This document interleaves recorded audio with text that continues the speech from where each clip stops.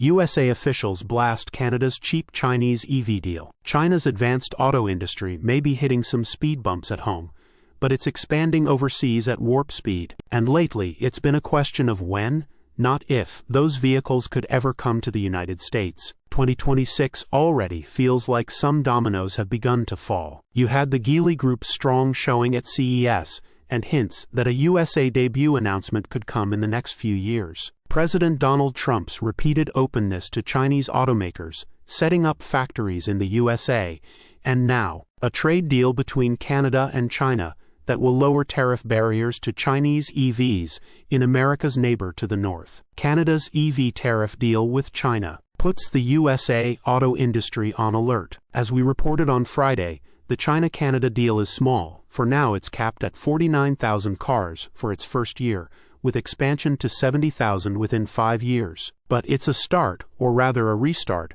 since it returns Canada to its pre-2023 tariff deal to something potentially big: the growing expansion of Chinese EVs into North America. And as Canadian Prime Minister Mark Carney explicitly said, most of these imports will cost under $25,000 USA, about $35,000 CAD. Naturally, not everyone is happy about what could be a threat to automotive jobs in North America. Senator Brian Schatz, D. Hawaii, blamed the Trump administration's strained relations with Canada, reports The Hill. We just got absolutely rolled in this Canada-China deal. A stark foreign policy failure with domestic economic consequences, Schatz wrote in a post on social platform X. The most basic principle in politics and geopolitics is loyalty to friends. And we weren't just disloyal, we were hostile. So here we are, he added. President Donald Trump, for his part, appeared to give the deal a thumbs up. If you can get a deal with China, you should do that, Trump told reporters. Other USA economic officials said Canada will ultimately regret the deal. My colleague Kevin Williams has a good story about what's at stake, and why leaders in the auto-producing parts of Canada are especially unhappy about the deal. And it brings plenty of concern among USA auto industry observers as well. From the Associated Press, Chinese automakers will have to meet standards required for the Canadian auto market for the latest trade arrangement to be successful, standards that are similar to those in the USA, which is likely to incentivize Chinese auto manufacturing investment in Canada. They'll also have to establish which segment of the market they are targeting, their higher-end vehicles,